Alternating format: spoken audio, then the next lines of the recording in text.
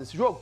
Vamos começar com a vitória do Cruzeiro, 3-1, porque deu bom e deu bom pro Caio Jorge, que deu a volta por cima no Mineirão. Não é comum um jogador comemorar um gol pedindo desculpas para a própria torcida. O Caio Jorge se sentia em dívida com os cruzeirenses. Confesso que eu esperava que a torcida fosse me cobrar um pouco mais.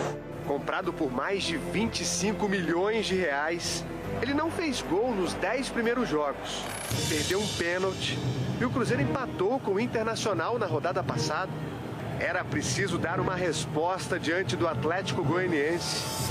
Com o Mineirão lotado, mais de 58 mil pessoas. No anúncio da escalação, o atacante foi vaiado. Logo aos 5 minutos, ele pediu pênalti e o árbitro marcou.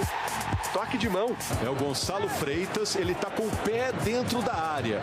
Dessa vez, o Caio Jorge nem cogitou pedir para bater. O cobrador oficial estava em campo.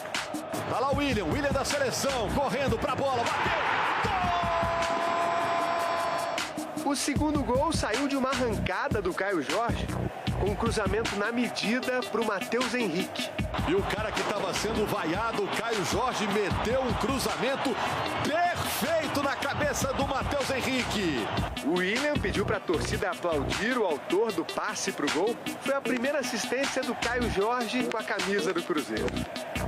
Ainda faltava o gol. O costarriquenho Campbell descontou para o Atlético Goianiense. E o primeiro tempo terminou 2-1. Caio Jorge estava louco para fazer o dele.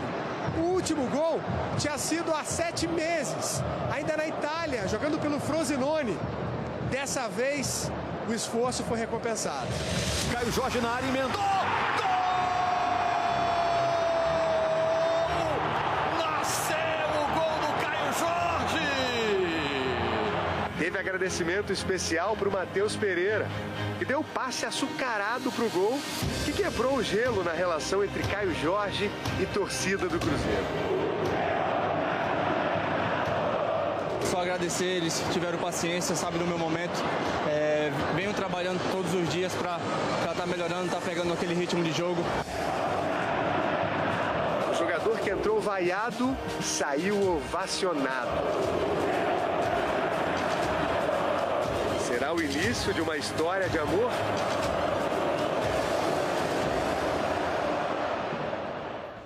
História de amor aqui, ó, Henrique Fernandes, tudo bem? Te amo, meu camarada, beleza? Que redenção, hein?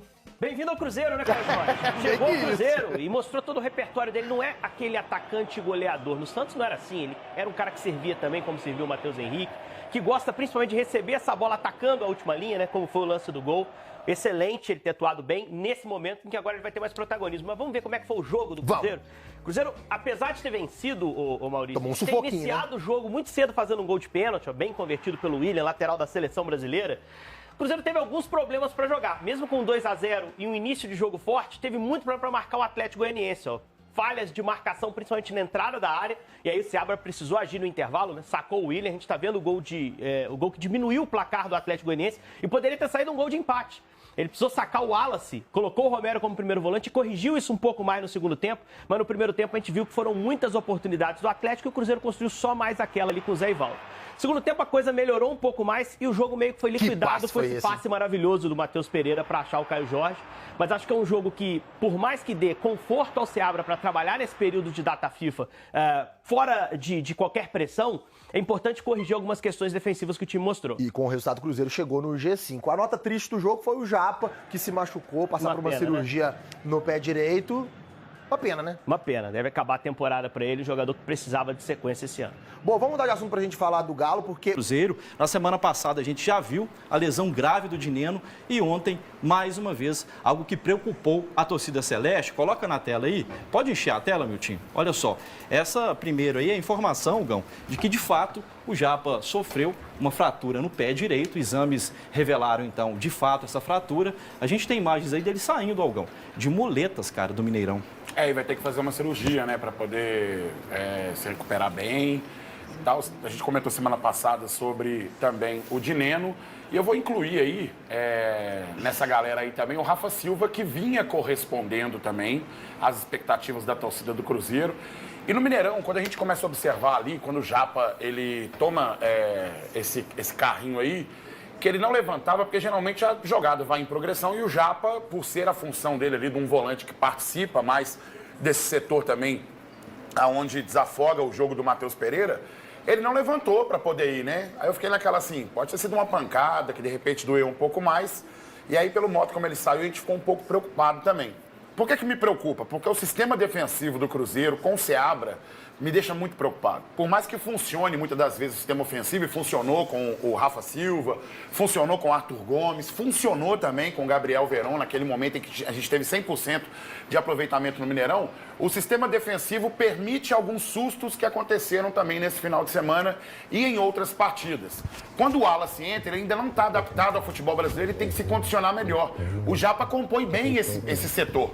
Ele entrou e entrou bem nesse momento aí. E achei que ele poderia ter uma sequência. Já do último jogo para esse, ele poderia ter entrado como titular, o que não aconteceu.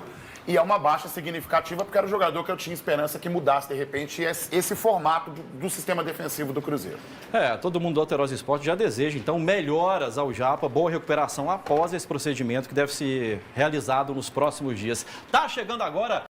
Está falando o seguinte, o Gão, avisa o Seabra, pelo amor de Deus, que o Matheus Pereira produz melhor como meia e não como falso 9. Ó, o Gão vai comentar sobre isso daqui a pouco, mas antes a gente vai trazer aqui palavras, tanto do Caio Jorge quanto do Seabra.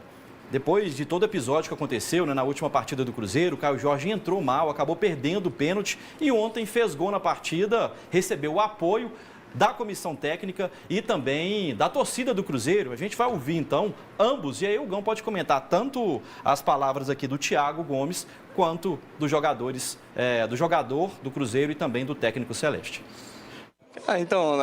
Após o pênalti perdido ali, claro que você fica um pouco abatido, é normal. Ninguém vai ficar feliz com o pênalti perdido, desperdiçado. Mas eu sabia que, em questão de tempo e alguns jogos, eu iria voltar a fazer o que eu sei. E com muita tranquilidade hoje ali, com um belo passe do Matheus, eu consegui concluir a gol, dei uma assistência para o Matheus Henrique também.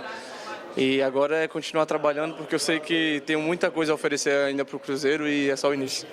O que a gente fez foi dar confiança para ele, falar para ele que ele ia jogar e fazer as orientações. Então eu mesmo fiz um coaching com ele ontem também, para tirar qualquer dúvida, né, no sentido de passar confiança de que as coisas que ele precisa fazer, ele já entendia. A questão era acertar o tempo dos movimentos, seja defensivo, seja ofensivo, então ficar mais com as leituras mais rápidas. Então vamos falar primeiro sobre a dúvida do Thiago, na opinião dele, em relação ao Matheus Pereira, né? O Matheus Pereira, eu gosto dele mais um pouco centralizado, encaixado no meio dos volantes, por causa dessa possibilidade aí, ó. Ele encontra os companheiros sempre na beirada do campo, ele consegue fazer um passe, por exemplo. Ontem ele encontrou o Caio Jorge nesse passe aí, no segundo gol do Caio Jorge, ele consegue encontrar o Caio Jorge entrando no meio das linhas, dando profundidade ali, inclusive tirando... Olha só como é que o Matheus Pereira tira a velocidade da bola, vindo de trás, e encontra a passagem do Caio Jorge. Belo passe, né, Algan? Belo passe. E aí consegue encontrar aí. Então, todo sucesso do mundo pro Caio Jorge, evidentemente que em momentos e dias difíceis vai ter a crítica do torcedor, porque o futebol, Toledinho vive falando isso mesmo, é o factual, é o momento. Então, mediante ao momento, você tendo uma boa sequência, você é elogiado. Se você tiver uma sequência ruim, você vai ser cobrado e vai ser criticado. É absolutamente normal isso acontecer no futebol.